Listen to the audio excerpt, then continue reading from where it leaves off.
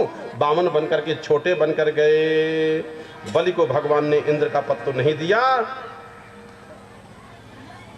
इसलिए कि इंद्र छोटे हो जाएंगे तो उसका महत्व घट जाएगा। भगवान ने अपने आप को बलि का पहरेदार बना दिया था। भगवान ने अपने आप को बलि का पहरेदार बना दिया।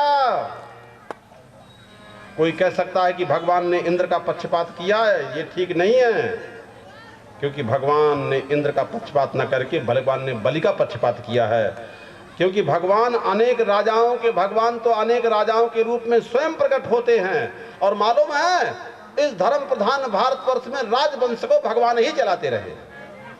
राजवंश की परंपरा है कि राजा का जो बड़ा लड़का होगा वही राजा बनेगा, राजवंश की परंपरा।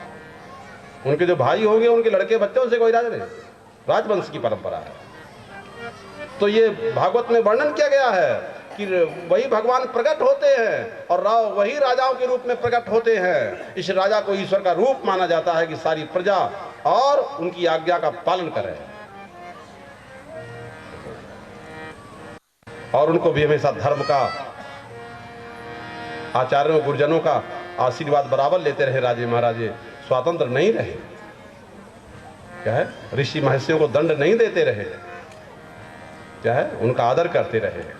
ऋषि महर्षियों गुरुजनों से कर टैक्स नहीं लिया जाता है, ये धर्मशास्त्रों में वर्णन किया गया है। क्या है, राजा को भी चाहिए कि ऐसे ऋषि महर्षियों जो त्यागी तपस्वी हैं उनसे कर टैक्स नहीं लेना चाहिए। ये परंपरा पहले से रही है, क्या है, और राजवंश को वही चलाते रहे हैं भगवान। वही धर्मांतरित होकर के रोग का निवारण करते हैं, वही वैद्य बन करके सबके रोगों को निवारण करते हैं, वही डॉक्टर बन करके सबका इलाज करते हैं। भगवान का यही रूप हमारे सामने है। कहीं तपस्या करके रक्षा करते हैं, कहीं ज्ञान से रक्षा करते हैं, कहीं धर्म से रक्षा करते हैं। धर्म की रक्षा करने वाले लोग, ज्ञान की रक्षा करने वाले लोग ज्यादा महत्व नहीं देते हैं, बोलो, और ज्ञान की रक्षा करने वाले, धर्म की रक्षा करने वाले को लोग ज्यादा महत्व नहीं देते, बोलो। ये तो पार्टीबंदी की बात हो गई। असल में सभी ईश्वर के ही रूप हैं, बोलो। वही परमात्मा धर्म की रक्षा करता है, वही परमात्मा ज्ञान की रक्षा करता है, वही प्रेम की रक्षा करता है, वही भक्ति की रक्षा करता है, वही तपस्या की रक्षा करता है और वही सबकी रक्षा करता है, बोलो। और इस बात को भूल जाते हैं तभी पार्टीबंदी शुरू हो जाती है। वही परशुराम होकर के उदंड और पापाचारी क्षत्रियों का वही संहार करते हैं, ध्यान रखना। क्षत्राय विघ्नोपमृतम महात्मा। जब क्षत्रिय और ब्राह्मण दोनों परस्पर मिलकर के काम करते हैं तब उनको तब सफलता मिलती है। छात्र शक्ति और ब्रह्म शक्ति दोनों एक साथ रहे, क्षत्रिय शक्ति और ब्राह्मण शक्ति अगर दोनों मिलकर एक साथ रहे तभी राजवंश में सफलता मिलती है, ध्यान रखना। तभी धर्म की रक्षा, धर्म की स्थापना में सफलता मिलती है। क्षत्रिय शक्ति के बिना, क्षत्रिय शक्ति के बिना धर्म शक्ति वृद्धि नहीं पा सकती है। क्या है, क्षत्रिय शक्ति भी होनी जरूरी है, बोलो। क्या है, धर्म की रक्षा करना है तो कौन करेगा? क्षत्रिय शक्ति करेगी ना। और धर्म शक्ति के बिना क्षत्रिय शक्ति की वृद्धि नहीं होती है। दोनों को संबंधित होकर काम करना चाहिए, ज्ञानी पुरुषों को भी और धर्म कार्य करने वालों को। अपनी नेतागिरी के लिए धर्म की उपेक्षा नहीं करनी चाहिए और धर्म के लिए प्रशासन की भी उपेक्षा नहीं करनी चाहिए। दोनों का साथ रहना आवश्यक है, दोनों का रहना अनिवार्य है। इसके बाद भगवान ने इक्ष्वाक वंश में रामावतार लिया। भगवान श्री राम अपने पिता के आदर्शों का पालन करते हुए और पत्नी और भाई के साथ 14 साल तक वन में निवास किया और दशकंधर ने उनका विरोध किया तो भगवान श्री राम ने दशकंधर को मारा। भगवान राम ने ऐसी ऐसी आदर्श लीलाएं की कि आज तक उनकी लीलाओं का गान हो रहा है और लोग श्रवण करके पवित्र होते हैं। इसके बाद बलराम भगवान के बलराम और कृष्ण के रूप में भगवान प्रकट हुए श्वेत कृष्ण के सहा। जब ब्रह्मा आदि सारे देवता नारायण भगवान के पास मिलकर के और उनकी धरती पर धर्म की हानि का समाचार सुनकर के उनको क्रोध गुस्सा आया, उन्होंने अपना ही बाल नोच दिया ब्रह्मा जी ने। नारायण तो बड़े पुराने हैं, पुराण पुरुष बोले जाते हैं। नोचने पर एक काला एक सफेद दो बाल निकल आए। सफेद बाल बलराम हो गया, काला बाल कृष्ण हो गया। एक आचार्य बोले कि राम कृष्ण तो नारायण से भी परे हैं। आप उन्हें अपना केस बताते हुए इसका अर्थ क्या है? जब नारायण के बाल में पृथ्वी के भार को दूर करने की शक्ति है, तो अनंत परब्रह्म परमात्मा की शक्ति का वर्णन ही कौन कर सकता है? जरा विचार तो करो। पंडित लोग तो इसका अर्थ ही बदल देते हैं। क्या है? श्वेत कृष्ण के सह। श्वेत का अर्थ होता है वृद्ध भी, अर्थात अपने काले बालों को लपेट करके बांध लिया, जैसे उन्हें अभी दुश्मनों से लड़ना हो। कृष्ण अवतार में भगवान ने बड़े अद्भुत अद्भुत काम किए, उनकी महिमा प्रकट है। वृंदावन में भगवान ने किस प्रकार से स्त्री शक्ति को जागृत किया और नारी शक्ति को जागृत किया और उनको आगे बढ़ाया और उनकी लोक लज्जा भय धर्म सब छुड़ा करके और उन्होंने मुक्ति का अधिकारी बना दिया, क्योंकि नारी में ये विशेष होता है और मुक्ति के लिए इन चीज़ों का छोड़ना जरूरी होता है। इसलिए भगवान ने वो सब छुड़ा दिया और उनको भी मुक्ति प्रदान कर दिया। पूतना का उद्धार किया, शंकटासुर का भी उद्धार किया, यमलार्जुन का उद्धार किया, कालिये नाग का उद्धार किया, दावाग्नि का पान किया, उखल बंधन की लीला किया और सृष्टि का प्रदर्शन किया। वरुण पास से बंद करके किस प्रकार से नंद बाबा वर्ण लोग जा रहे हैं तो वहां से भगवान मुक्ति प्रदान कर रहे हैं। सारे ब्रजवासियों को वैकुंठ लोक की यात्रा भगवान करा रहे हैं। इंद्र का मान मर्दन करा रहे हैं। कामदेव का भी मान मर्दन कर रहे हैं। भगवान की महिमा प्रकट करती है। और भगवान ने ब्रजवासियों से कहा कि तुम अपने ब्रज की महिमा को नहीं समझ रहे हो। इधर उधर पत्थर के पूजों की पूजा से इंद्र की और इंद्र की पूजा से भी पत्थर की पूजा श्रेष्ठ है, भगवान ने ऐसा बता दिया। और इंद्र की पूजा माने वैभव की पूजा, वैभव वालों की पूजा क्या है? राजनीति वालों की पूजा छोड़ करके और बोले पत्थरों की पूजा करो। अपने खेत खलिहान को ठीक से देखो, अधिक से अन्न उपजाओ, इंद्र पर ध्यान मत लगाओ। क्या है? वैभव वालों पर ध्यान मत लगाओ, अपने काम धंधे में ध्यान लगाओ। इधर उधर पड़े हुए पत्थर के टुकड़ों की पूजा भी इंद्र की पूजा से श्रेष्ठ है। ये काम भगवान श्री कृष्ण ने किया है। छोड़ो इंद्र की पूजा और करो हमारे ब्रज की पूजा। ये भगवान श्री कृष्ण ने क्रांतिकारी कदम उठाया था। ऐसा करके भगवान ने अपनी भूमि की असाधारण महिमा दिखाई। भगवान ने कहा यह ब्रज की महिमा है और भगवान ने रासलीला किया, बड़े बड़े असुरों को मारा और इंद्र देवता तो आपे से बाहर हो गए, कृष्ण पर गुस्सा कर गए। क्या है? और ओले की बरसात कर दिया, पानी की बरसात कर दिया, हवा तूफान की बरसात कर दिया कि राजनीति वाले नाराज हो जाए तो जैसे रामदेव बाबा को मार के भगा दिए। क्या है? उनके आंदोलन को क्या है? तो कुछ भी कर सकते हो जो उनकी सरकार रहती है, सत्ता रहती है। क्या है? कुछ भी कर सकते हैं, उनका भरोसा नहीं है। क्या है? सब भगा दिया। बोलो इसी प्रकार से बोलो तो रामदेव बाबा तो भाग गए। क्या है? कि सरकार में शासन सत्ता बड़ी है। क्या है? और उनका आत्मबल कुछ कमजोर कम होगा, लेकिन दुनिया तो इकट्ठा हुई थी, इसलिए तो इकट्ठा नहीं हुई थी, तो भाग गई। और वहां दुनिया तो भाग गई, वहां रामदेव बाबा तो भाग गए और उनके साथ साथी भाग गए, पर गोपी ग्वाल नहीं भागे ना भगवान कृष्ण भागे, ध्यान रखना है। और जब इंद्र ने जोर से बरसात किया और इंद्र ने कहा कि ये हमारी पूजा को छोड़ा करके और पत्थरों की पूजा करवा रहा है, ये कौन है ब्रज में ऐसा पैदा हुआ है? क्या है? वो भगवान की महिमा को ही भूल गया था इंद्र। तो भगवान ने कहा कि मत डरो। इंद्र ने कहा इतनी जोर से बरसात करो कि सारे पशु बह जाएं, सारे ब्रजवासी बह जाएं और सब यहाँ का सारा ब्रजमंडल ही खत्म हो जाए। इतनी घोर बरसात लगातार 7 दिन हुई थी। क्या है? कि चारों तरफ से बाढ़ आ गई थी और सारे हवाएं चली थी, खूब पानी चला था। पर श्री कृष्ण का मत घबराओ। क्या है? उसी वस्तुओं से जिससे तुम पूजा करते हो, इंद्र की पूजा करते हो, उन्हीं वस्तुओं से उसी समय पर चलो गोवर्धन की पूजा करना है। और भगवान ने अपने इस उंगल से पत्थर को उठा लिया और उसके अंदर सारे ब्रजवासी आ गए, सारे पशु 7 दिन तक लगातार एक ही स्थान पर अंदर रहे। ये भी भगवान की लीला क्या है। भगवान ने कहा मेरे ऊपर कोई वजन भार नहीं है, देख सबसे छोटी उंगली पर सारा पत्थर रखे हूँ, सारा भार तेरे पर है, क्योंकि ये ऐम हाथ का जो और क्या है, इंद्र क्या है, इंद्र कहाँ रहता है, इंद्र का निवास हाथ में होता है। क्या है, भगवान ने कहा मेरे ऊपर कोई वजन नहीं है, देख तेरे ऊपर ये सब रखा हूं। क्या है, और 7 दिन तक लगातार उसको रखे रहे। अंत में इंद्र को उनके शरण में आना पड़ा, अपनी गलती क्षमा प्रार्थना करना पड़ा, और सारे ब्रजवासियों ने कहा कि हमारे पास इंद्र का कोई महत्व नहीं है, हमारा इंद्र तो श्री कृष्ण ही है। क्या है, और वहां पर भगवान का फिर उसने अभिषेक किया, भगवान का पूजन किया, अपनी गलती को स्वीकार किया। इस प्रकार से क्या है, सारे ब्रजवासियों का प्रेम देखो श्री कृष्ण के पास, कि कोई छोड़ करके भगे नहीं, कोई गए नहीं।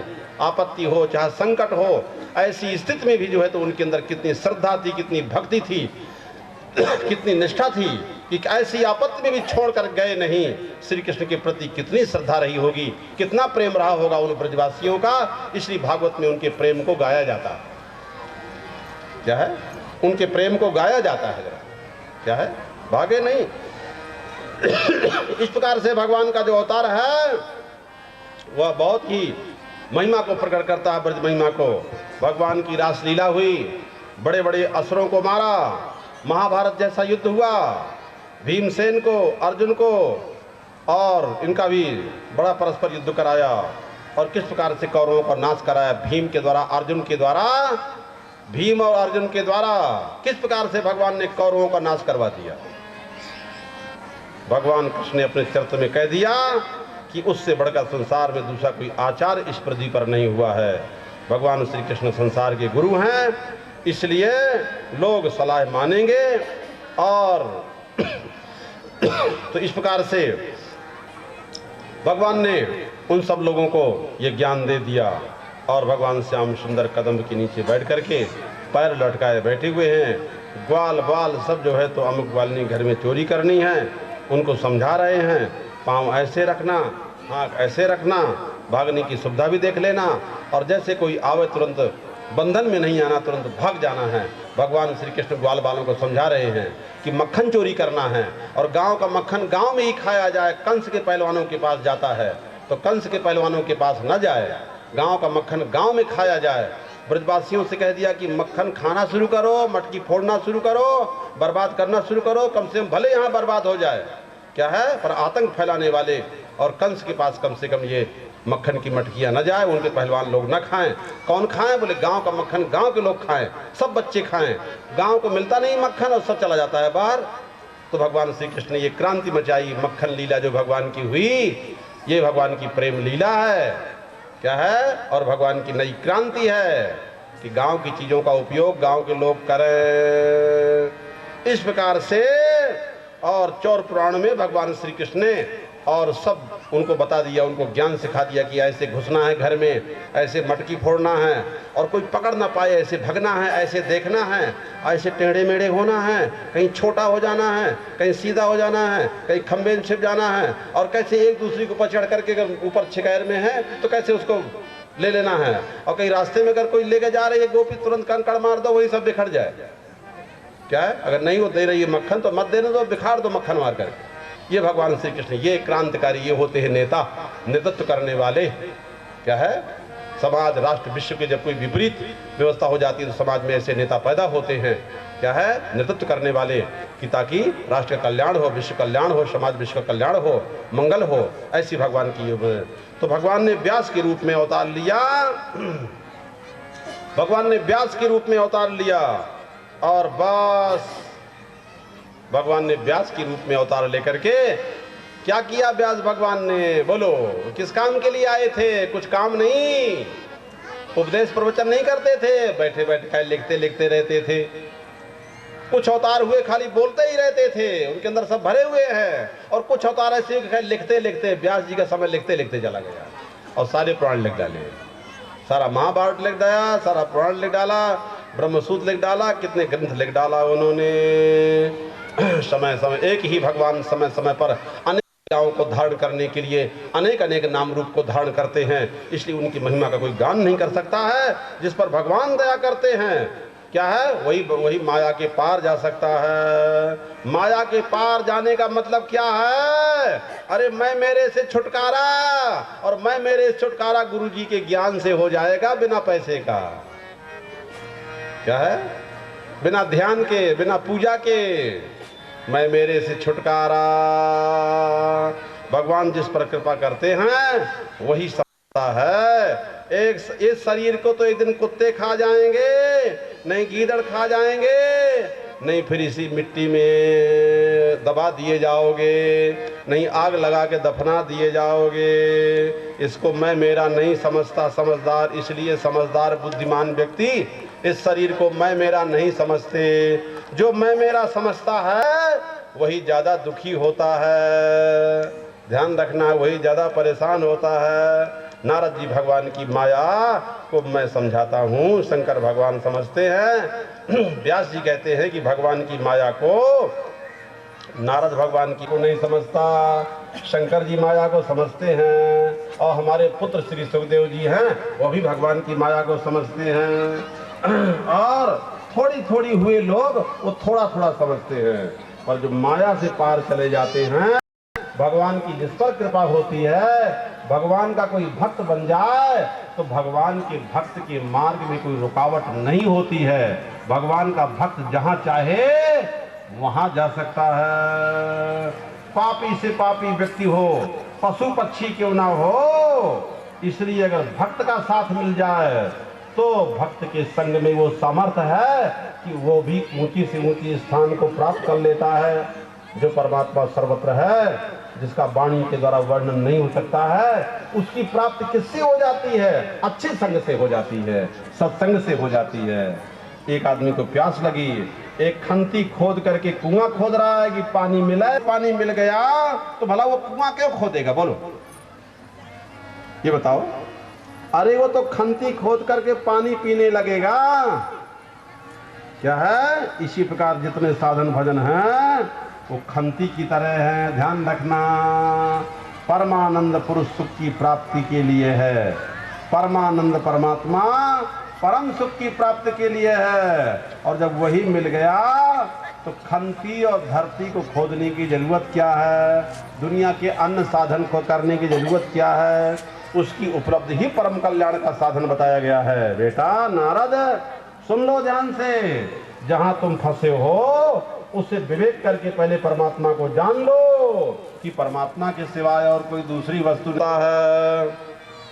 धर्म शास्त्र में यह आज्ञा दी गई है, संध्या बंदन भी लोग करते हैं ना, तो एक ही संकल्प से काम चलाते हैं। कुछ लोग रोज रोज संकल्प करते हैं, यज्ञ ज्ञात में संकल्प, व्रत में संकल्प, जप में संकल्प, तप में संकल्प, क्योंकि संकल्प के बिना किसी काम का फल नहीं मिलता है। संकल्प अवश्य करना चाहिए। तो क्या संकल्प करें? तो ब्रह्मा जी नारद जी से कह रहे हैं, यथा हरो भगवती नृणाम भक्तिर भविष्यति। ऐसा संकल्प करो। क्या है? सर्वात्मखिल धारे इति संकल्प वर्ण है। ब्रह्मा जी कहते हैं बस ऐसा संकल्प कर लो, लोगों के हृदय में भक्ति आए, ऐसा संकल्प कर लो बस कि हमें वही बोलना है, वही करना है जिसमें सब लोगों का भला हो, सब लोगों का कल्याण हो, सबके हृदय में भगवान की प्रेम जगे, भगवान की भक्ति जगे। ऐसा संकल्प कर लेना है। धन की भक्ति, भोग की भक्ति, कर्म की भक्ति छोड़ करके और भगवान की भक्ति में लगे। सर्वात्मा अखिल सर्वाधार है, वही सर्वव्यापक परमात्मा को हिंदू मुसलमान ईसाई मत बना देना। क्या है? ईसाई ईश्वर मत बना देना, मुसलमान ईश्वर मत बना देना। कहीं सर्वव्यापी परमात्मा को हिंदू मुसलमान ईसाई ईश्वर मत बना देना। सर्वव्यापी परमात्मा को ध्यान रखना। सर्वव्यापी परमात्मा को हिंदू ईश्वर मुसलमान ईश्वर, ईसाई ईश्वर, अलग अलग जातियों का, अलग अलग पार्टियों का, अलग अलग देशों का ईश्वर कहीं मत बना देना। ध्यान रखना, भारतीय ईश्वर, अभारतीय ईश्वर ऐसा न कर देना। ऐसा अज्ञान से होता है, ऐसा अभिमान से होता है। आजकल लोगों का राष्ट्रीय ईश्वर अलग होता है, राष्ट्रीय संत अलग होता है, प्रांतीय ईश्वर अलग होता है, प्रांतीय संत अलग होता है, और जातीय अलग होता है। जो ब्रह्मांड की गोद लेकर खेलता है, क्या है, जिसके लिए संपूर्ण ब्रह्मांड गेंद की तरह है, जैसे हम तुम गेंद खेलते हैं, ऐसे जिसके लिए संपूर्ण ब्रह्मांड गेंद की तरह है। एक ब्रह्मांड से दूसरे ब्रह्मांड को टकराता है, एक ब्रह्मांड से दूसरे ब्रह्मांड को मिटाता है, एक ब्रह्मांड से दूसरे ब्रह्मांड को बनाता है। उसको आजकल लोग, उस परब्रह्म परमात्मा को आजकल के लोग, अज्ञानी अभिमानी लोग, सांप्रदायिक लोग, सांप्रदायिकता के अभिमान में फंसे वाले लोग प्रांतीय ईश्वर, राष्ट्रीय ईश्वर बना देते हैं। अपने देश का अलग ईश्वर, दूसरे देश का अलग, अपनी जात का, अपनी पार्टी का अलग। नहीं नहीं, सर्वात्मा, सर्वात्मा अखिलधार परमात्मा में हमारी तुम्हारी सबकी भक्ति होनी चाहिए। इसी बात को ध्यान में रखना है कि ऐसे परमात्मा की भक्ति करने के लिए और हमें आप लोगों को निर्मल मन से सत्संग सुनना पड़ेगा, दूसरा रास्ता नहीं है। निर्मल मन से भगवान को कौन पाता है? निर्मल जन मन सो मुहि पावा,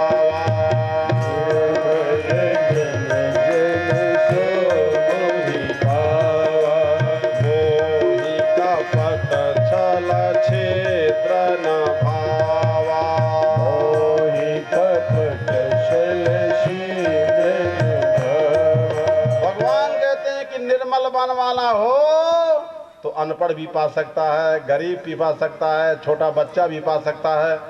और निर्मल मन पाना ना, निर्मल माल पाना ना हो तो रईस भी नहीं पा सकता है, पढ़ा लिखा भी नहीं पा सकता है, बहुत बड़ा राजा महाराजा भी नहीं पा सकता है, और धनी भी नहीं पा सकता है। निर्मल जन वाले भगवान कहते हैं मुझे प्राप्त कर लेते हैं। क्या है? जैसे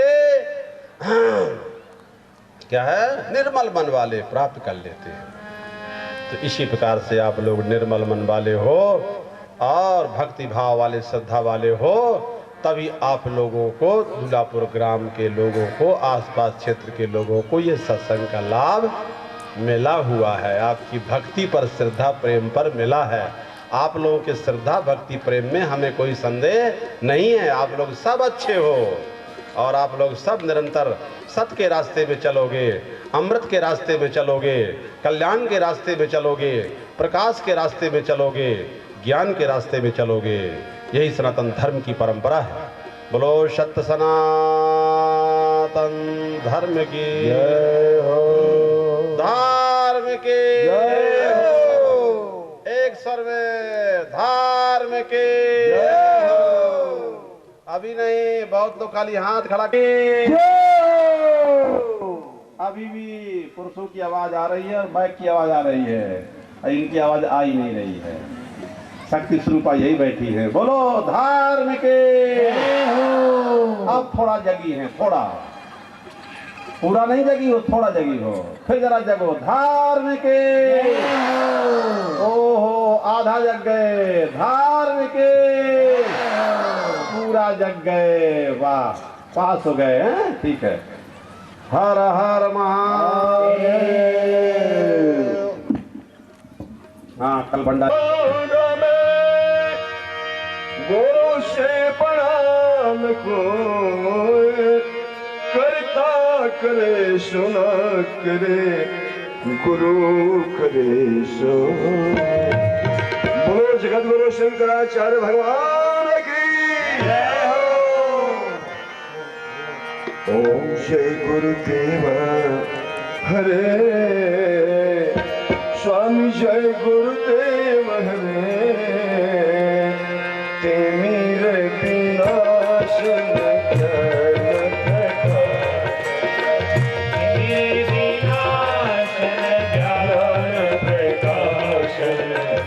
मन संशय सब दूर करे।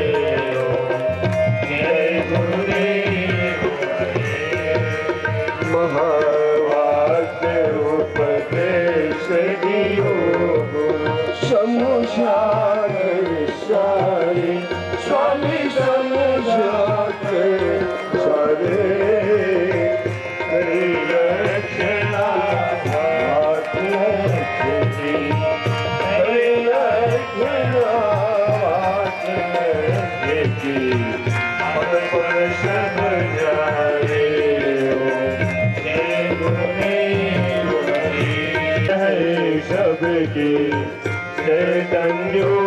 चैतन्योपाधियो जय गुरुदेव हरि माया में प्रतिबिंब छेदन का ईश्वर कहलाया स्वामी ईश्वर कहलाया सर्वज्ञ समर्थ प्रभु सर्वज्ञ समर्थ प्रभु ऐसे उपजाया जय गुरुदेव हरि हर्ष शोक अनुराग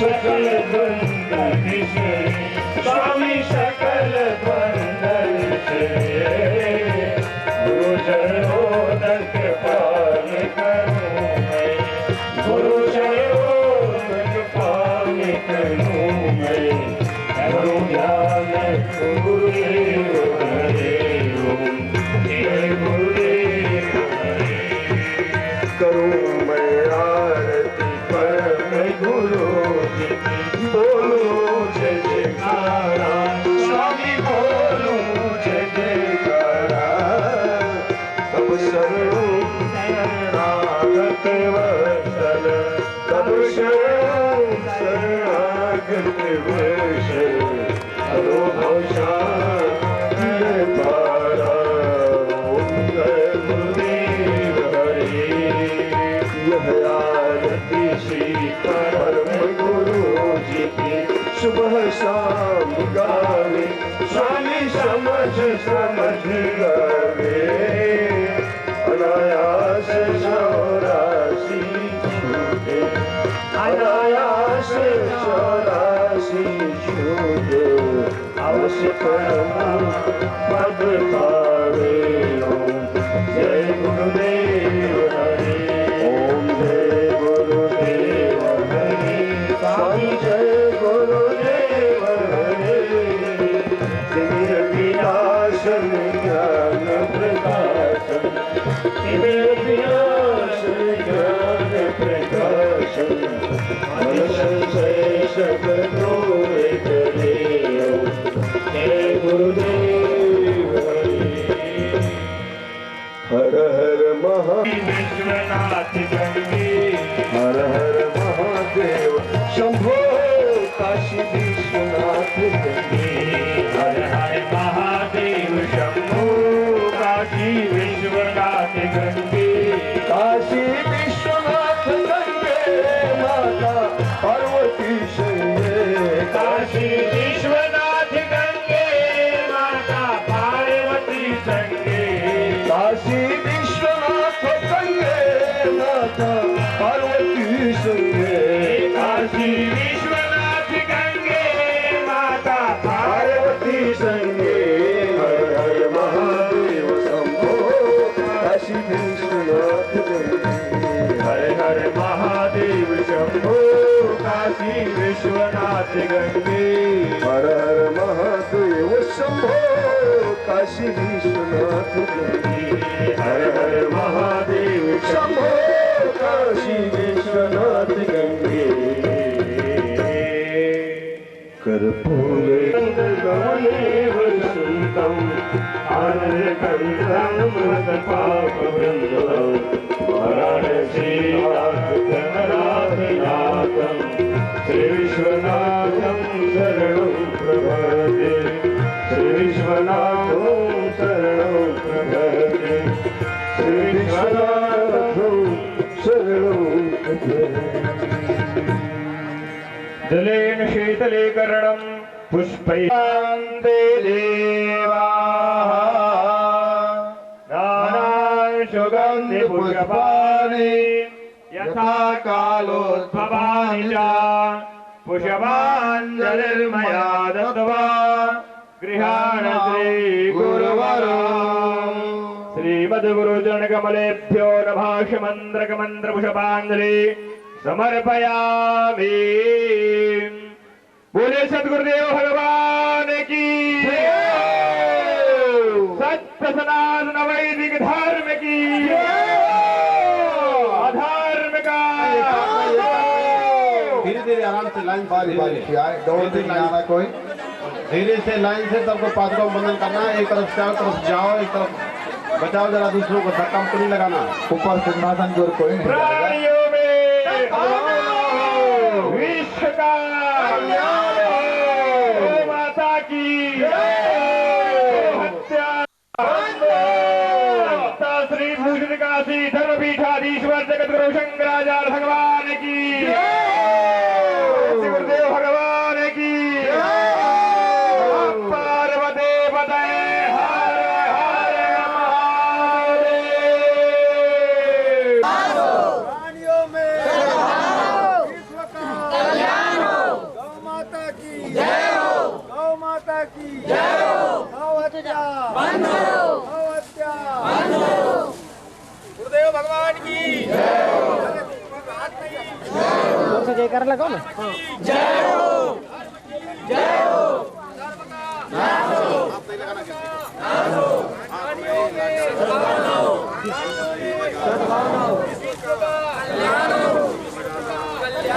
हाथ नहीं लगाना कोई, दूर से हाथ नहीं लगाना।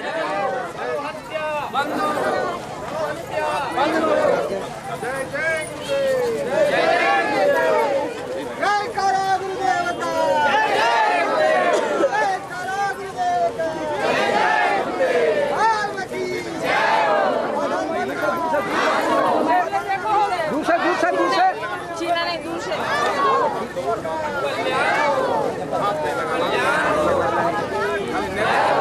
देख लेना आश्रम में माला।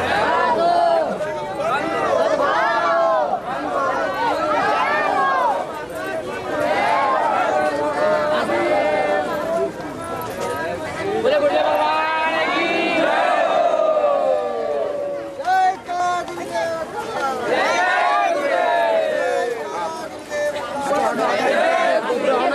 दूर करते ना। जय गुरुदेव। जय हो। जय हो।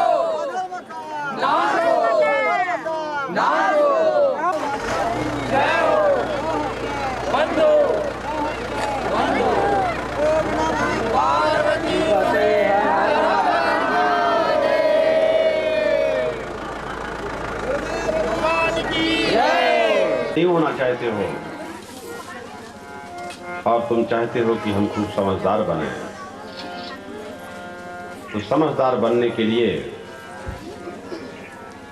समय समय पर सत्संग होना चाहिए। और क्या तरीका है? नहीं, समझदारी कैसे जगेगी? बहुत काल सत्संग करना पड़ता है। क्या है, सब कहीं ये सब बातें समझ में आती हैं। समझ में आ जाए तो फिर स्थिर होना कठिन होता है। क्या है, स्थिरता नहीं आ पाती ना। स्थिरता के लिए तपस्या करनी होती है। तपस्या के द्वारा, वैराग्य के द्वारा स्थिरता आती है। तो कोई भी नर नारी मृत्यु के रास्ते पर नहीं जाना।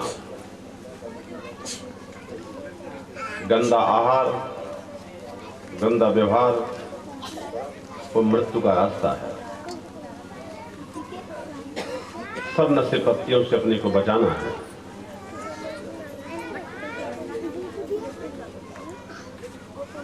ये ध्यान रखें। पहला काम है कि आहार की शुद्धि होनी अनिवार्य है। आहार यदि शुद्ध नहीं होगा तो व्यवहार शुद्ध नहीं होगा। पुराना जो आहार का गुणदोष है उससे अशुद्धियां, जो अज्ञानता भरी रहती है, बोलने में असावधानी होती है। जो नहीं बोलना हो बोल डालते हो, झगड़े बढ़ जाते हैं। पुराना संस्कार है वैसा बोलने का, वैसा करने का। इसलिए मनुष्य का संस्कार स्वभाव बन जाता है। बहुत तपस्या से, बहुत सेवा से, बहुत भक्ति से, बहुत भगवत प्रेम से, बहुत गुरु कृपा का आश्रय लिया जाए, तभी उस जन्म जन्मांतर के दोष जा सकते हैं, शुद्धि हो सकती है, और कोई दूसरा तरीका नहीं। बाहर के धन का, बाहर के पद का, बाहर की उपाधियों का, बाहर की संपत्तियों का वहां कोई प्रवेश नहीं। इसलिए अपने आप को सुरक्षित रखो, अपने आप को ठीक रखो। रखने की जिम्मेदारी भी आप लोगों की है कि अपने आप को ठीक रखो। अपने आप को तो ठीक रखो, दूसरों को ठीक रखना बहुत कठिन है, लेकिन सब लोग अपने आप को तो ठीक रख सकते हैं। तो अपने आप को स्वस्थ रखना, अपने आप को ठीक रखना, क्योंकि स्वस्थ व्यक्ति के लिए कोई दवा नहीं होती। निरोगी जो व्यक्ति है उसके लिए क्या दवा है? डॉक्टर वैद्य के लिए। जो रोगी व्यक्ति है उसके लिए तो दवा की, डॉक्टर की जरूरत पड़ेगी। रोगी माने भाव रोग से जो पीड़ित है उसे तो सद्गुरु की और उसकी साधना की जरूरत पड़ेगी, दूसरा कोई मार्ग ही नहीं है। और यदि कोई सद्गुरु ज्ञान की उपेक्षा करता है अथवा अवहेलना करता है तो समझ लो कि वो मृत्यु के रास्ते में ही जा रहा है। यदि कोई डॉक्टर और उसकी दवा की अवहेलना करेगा, उपेक्षा करेगा, तो समझ लीजिए कि वो शीघ्र ही मृत्यु के रास्ते में जा रहा है, दुख के रास्ते में जा रहा है, और उसमें अज्ञान है, ये भी समझना पड़ेगा।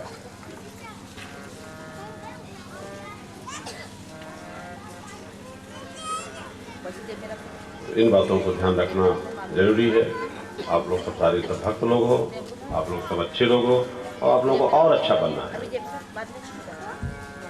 अच्छाई के रास्ते पर चलते रहो। मृत्यु आपका स्वभाव नहीं है, इसलिए कोई मरना नहीं चाहता है।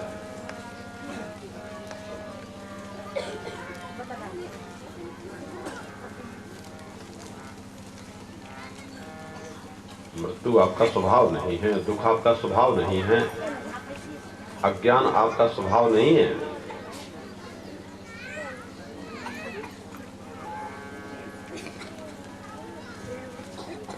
इसलिए कोई चाहते नहीं है ये, लेकिन न चाहने पर भी इनके प्रभाव से अंदर की चैतन्य शक्ति, जीव उससे प्रेरित होकर के व्यवहार करते हैं और फिर वो दुख के मार्ग में जाते हैं। यदि भक्ति है, समझदारी सही है और बड़ा से बड़ा दुख आ जाए तो भी आदमी को सब झेलने की शक्ति रखनी चाहिए और सोचना चाहिए कि जो दुख आया है वो निकल जाएगा। निरपराध वसुदेव देवकी को कंस ने जेल खाने में डाल दिया, लेकिन वसुदेव देवकी, भगवान के माता पिता वसुदेव देवकी ने सब सहन कर लिया। सहन शक्ति उसके अंदर होती है जिसके अंदर समझदारी होती है। तो समझदारी रखो, सहन शक्ति रखो, एक दूसरे को गाली नहीं देना, एक दूसरे का अपमान, नुकसान, अहित नहीं करना, एक दूसरे को बुरा नहीं समझना। क्या है? क्योंकि जो तुम हो वही वो भी है। उपाधियों का अंतर, कोई अंतर नहीं होता है ज्ञान में। जो तुम हो वही है वो। मैं तुम्हें जो समझता हूं उसको भी वही समझता हूं। मैं तुमको बड़ा समझूं, उसको छोटा समझूं, ऐसा नहीं। क्या है? मैं किसी को नीच समझूं, किसी को ऊंच समझूं, ऐसा नहीं। मैं किसी को धनी समझूं, किसी गरीब समझूं, ऐसा नहीं। क्या है? गरीब रईस में, ऊंच नीच में हम एकता का दर्शन करते रहते हैं। यही हमारी दृष्टि है। हम उपाधियों और बड़प्पन का अभिमान करके और नहीं उसको देखते हैं, क्या है, और न उसका सम्मान करते हैं। सब में बसे हुए परमात्मा का हम आदर सत्कार सम्मान सब में करते हैं। हम चाहे छोटा बच्चा हो, चाहे पढ़ा हो, चाहे अनपढ़ हो, गरीब रईस हो, चाहे कोई पशु पक्षी हो, चाहे कोई प्राणी हो, क्या है, हमारे जो आदर की दृष्टि है, बोलो कैसे मालूम पड़ेगा कि ये ईश्वर की आवाज है। ईश्वर की आवाज वही होती है जो जिनकी वाणी सबके कल्याण के लिए होती है। प्राणी, पशु, पक्षी, सबके कल्याण, दोस्त दुश्मन सबका कल्याण भरा हुआ हो, वही ईश्वर की वाणी होती है। चाहे कोई भी बोलता हो तो वही तो ईश्वर बोल रहा है। तो इसलिए बोलने में सावधान रहना चाहिए। घर में बहुत झगड़े खाली बोलने से हो जाते हैं। घर में बहुत से झगड़े खाली बोलने से हो जाते हैं, तो बोलने में सावधान रहो। तुम नशा पत्ती कर दोगे, गंदा खाओ पियोगे, तुम्हारी वाणी गलत निकलेगी, बहुत झगड़े बढ़ जाएंगे।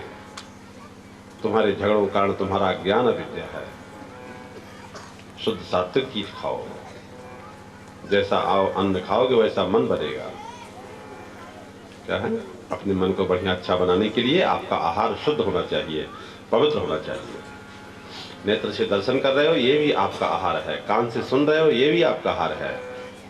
यहाँ प्रसाद खाओगे, ये भी आहार है। आपका आहार शुद्ध होना चाहिए प्रत्येक इंद्रियों से, तो आपका व्यवहार भी शुद्ध रहेगा प्रत्येक इंद्रियों से। बराबर ध्यान रखना है। तो आप लोग अमृत के रास्ते में चलते रहो, आप लोग प्रकाश के रास्ते में चलते रहो, अंधकार के रास्ते में नहीं जाना।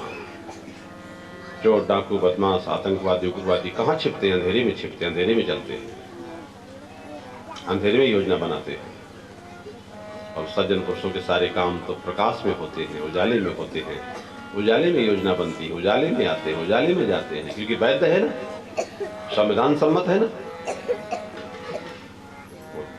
चोर, डाकू, बदमाश ऐसी योजना नहीं बना सकते, छिपे रहते हैं, मर रहे हैं, मार रहे हैं, मरने मारने काम, भय से घिरे हुए हैं। और तुम तो निर्भय खड़े हो, कोई डर नहीं।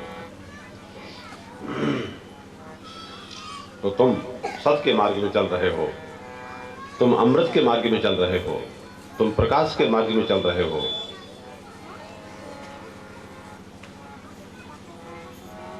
और इसी रास्ते में निरंतर दृढ़ता के साथ चलते रहना है। इस मार्ग में जहां भय हो, इस मार्ग में जहां बाधाएं हो, इस मार्ग में जहां कोई विपरीत भावना हो, उसकी सहायता के लिए हम हैं आप लोगों के साथ। कोई भी हमारा उपयोग कर सकता है, खाली इन्हीं कामों के लिए बस, और किसी के लिए नहीं। क्या है, कोई डर हो, कोई भय हो, कोई शोक हो, उन भक्तों को हम मिटाने को बराबर तैयार रहते हैं। क्या है, इसमें कोई बात नहीं। सतत हम जो है आप लोगों को सत्य की ओर ले जाने के लिए, आनंद की ओर ले जाने के लिए, प्रकाश की ओर ले जाने के लिए बराबर प्रेरणा और मार्गदर्शन करते रहिए। और बीच में जो बाधाएं आए उनको हटाना भी जरूरी है। अज्ञान, अविद्या, भूल सबके अंदर भरी रहती है, मालूम नहीं पड़ती है कि भूल है। जब हो जाती है तब मालूम पड़ती है। और बहुत लोग तो भूल को भूल बताओ तो झगड़ा कर लेंगे, नहीं हम भूल में नहीं सही। तो ऐसे लोगों को भूल भी नहीं बताई जाती है। तो बहुत प्रार्थना करते हैं कि हम आपके शरण हैं, आपके शिष्य हैं, आप गुरु हैं, आप मार्गदर्शन करो, तब गुरु जी बताएंगे। क्या है, वे गुरु सबको तो ही बताएंगे, नहीं झगड़ा कर लेंगे, मानेंगे नहीं। तो जहाँ श्रद्धा है, जहाँ समर्पण है, क्या है, जहाँ गुरु जी की भक्ति है, गुरु जी उसको समझाएंगे, बताएंगे और उसको सत्य के मार्ग में आगे बढ़ाएंगे, प्रकाश की ओर ले जाएंगे, अमृत की ओर ले जाएंगे। क्या है, और उसे मोक्ष और मुक्ति की ओर ले जा करके और जो जैसा अधिकारी हो उसको वह पहुंचाएंगे। उसके अधिकार पर है, उसकी चाहना पर है। जिसके अंदर जैसी चाहना होती है उसको वैसी प्राप्ति अवश्य हो जाती है। तो ये अध्यात्म की चाहना और अध्यात्म की प्राप्ति के लिए तो स्वयं प्रयत्नशील होना पड़ेगा। इसमें किसी की सिफारिश की आवश्यकता नहीं है। अगर तुम्हारे अंदर चाहना है, तुम्हारे अंदर उत्साह है, तुम्हारे अंदर प्रेम है, तो तुम्हें अवश्य ही प्राप्त होगा। इसमें कोई संदेह नहीं। लगन लगाए रहो, अपने रास्ते में चलते रहो निर्भय होकर के। और जहाँ बीच में शंका हो, भ्रम हो, संदेह हो, वहाँ अरे गहरे लोगों से नहीं पूछना, चलते फिरते लोगों से पूछ लीजिए जो भ्रमित कर रहे। कोई भी संदेह हो वहाँ गुरु से ही पूछो, मौजूद है सबके सामने। क्या है, निगुरे लोगों से नहीं, अनधिकारी लोगों से नहीं पूछना है। वो मार्ग क्या बताएंगे? 10 लोग मिल जाएंगे, 10 तरह के मार्ग बताएंगे, तुम भटक जाओगे, परेशान हो जाओगे। किसी कोई शंका हो, किसी कोई परेशानी हो तो किससे पूछना चाहिए? अपने गुरुजनों से ही पूछना चाहिए, क्योंकि वो आपको पहचानते हैं ठीक से।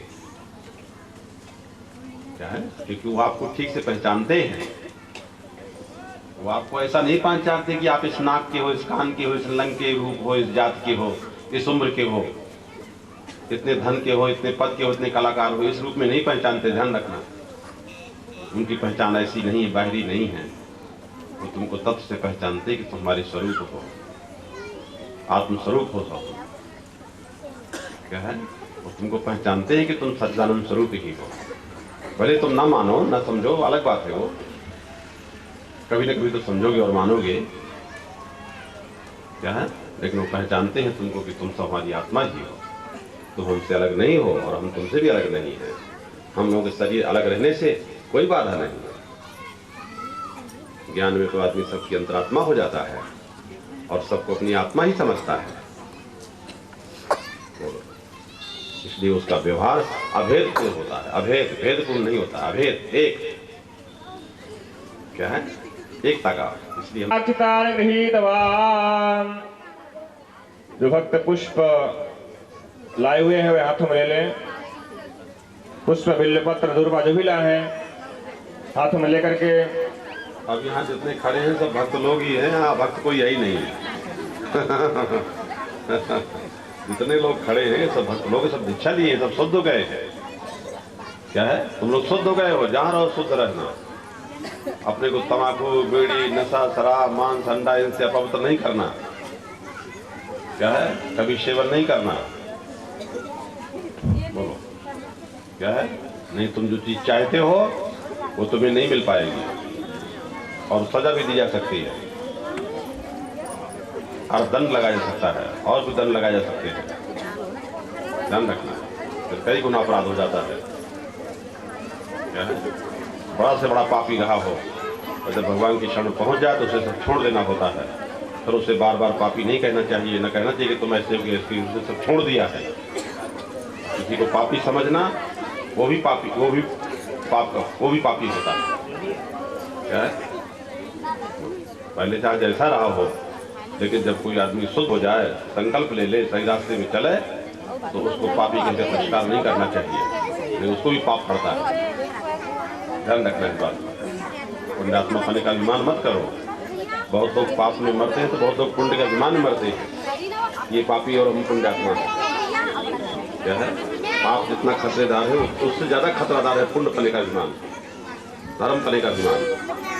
क्या है, क्या है, अधर्म जैसे परेशान होता है ऐसे धार्मिक लोग धार्मिक पने का अभिमान करके परेशान होते हैं। बराबर सावधान रहो। हम सावधान कर रहे हैं, तुम सावधान कौन करेगा?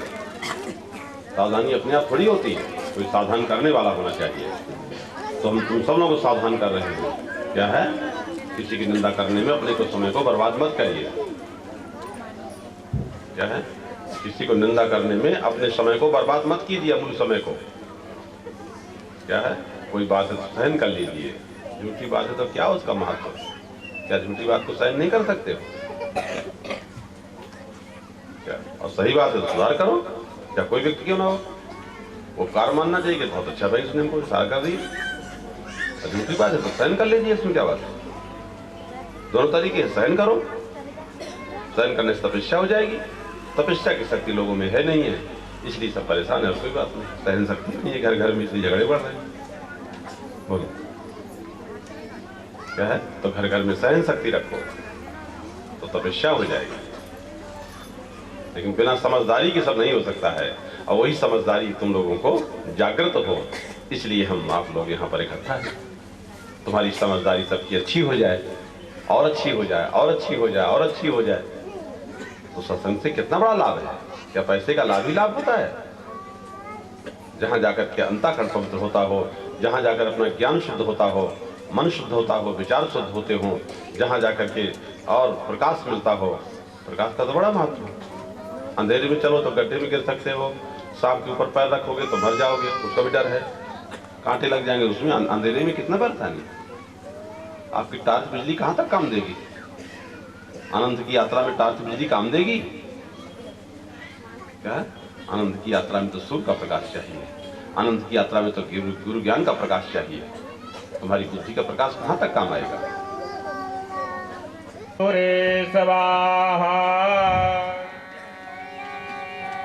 नमो गुरुभ्यो गुरुपादुकाभ्यो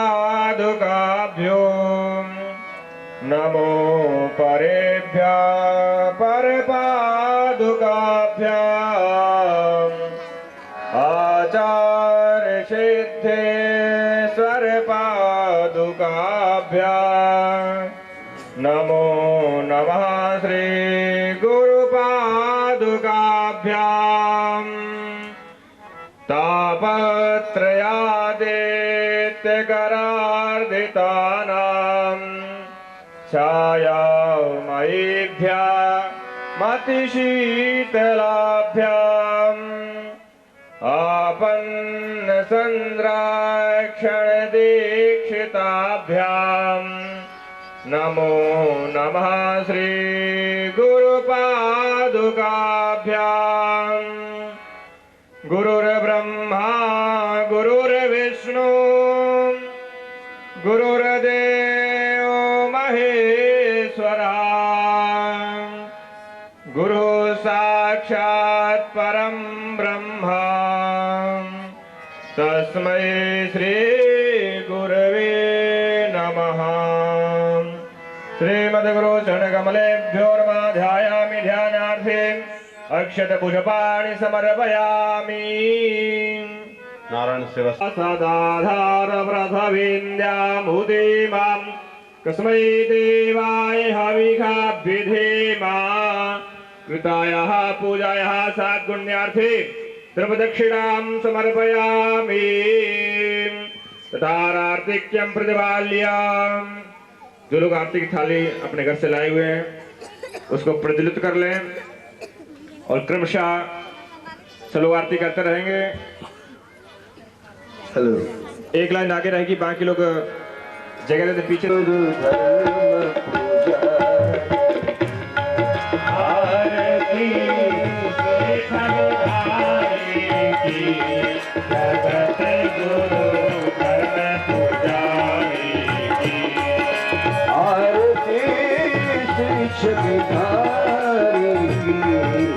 जगत गुरु धर्म पुजारी आरती श्री चरणारी जगत गुरु धर्म पुजारी बदन छवि कंचन ज्योति हारी हारी बदन छवि कंचन ज्योति हारी भक्त चरणों पे बलिहारी बलिहारी भक्त चरणों पे बलिहारी बलिहारी नारायणानंद जगत सुख कंद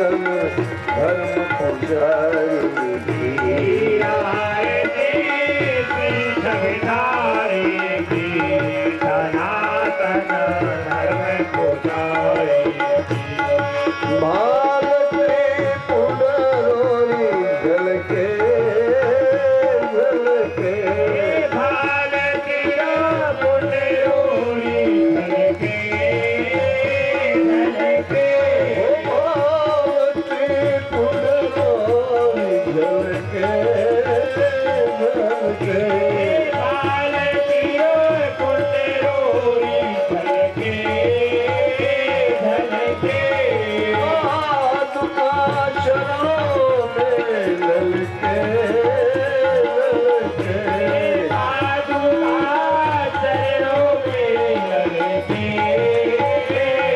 ललके ज्ञान पर चंद्र हाथ से ज्ञान पर चंद्र हाथ से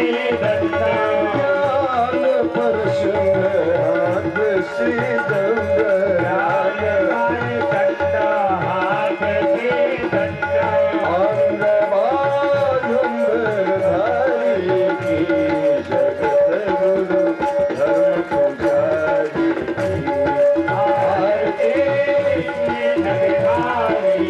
आरती श्री शनिधारी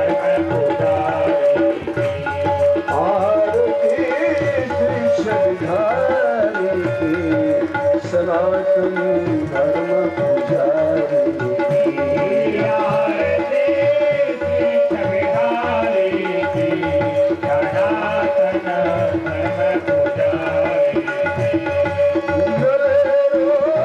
राष्ट्रपति के माला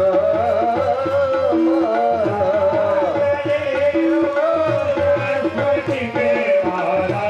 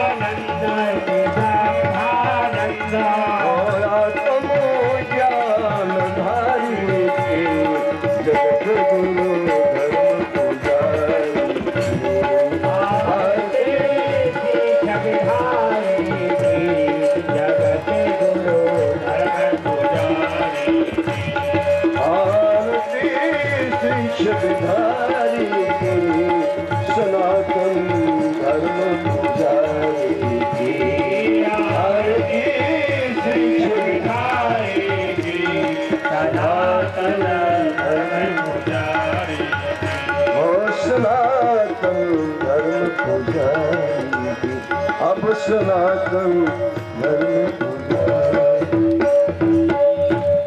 हर हर महादेव शंभो काशी विश्वनाथ शंभो हर हर महादेव शंभो काशी विश्वनाथ हर हर महादेव शंभो काशी विश्वनाथ शंभो हर हर महादेव शंभो काशी विश्वनाथ काशी विश्वनाथ गंगे माता पार्वती संगे काशी विश्वनाथ गंगे माता पार्वती संगे काशी विश्वनाथ गंगे माता पार्वती संगे काशी विश्वनाथ गंगे माता पार्वती संगे हर हर महादेव शंभो काशी विश्वनाथ गंगे हर हर महादेव शंभो काशी विश्वनाथ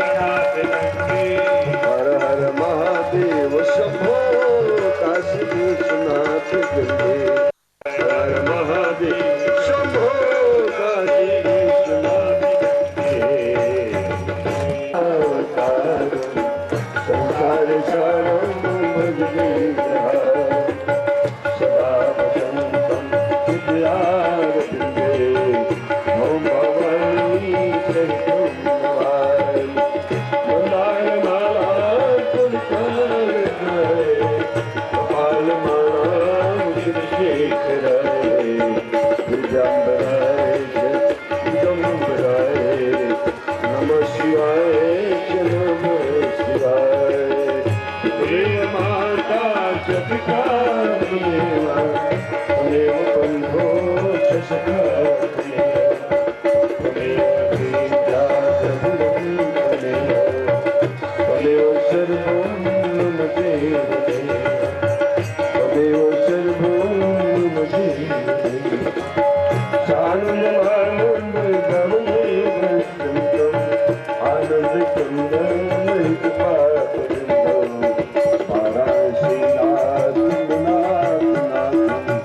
श्री विश्वनाथं शरणं प्रपद्ये श्री विश्वनाथं शरणं प्रपद्ये श्री विश्वनाथं शरणं प्रपद्ये जले शीतले करणं पुष्पैः गुरोरभिवन्दनम् हस्ताभियामातवन्दनमस्तप्रक्षालनम् हस्ते पत्रपुष्पार्चितान् गृहीत कमलेभ्यो नमः।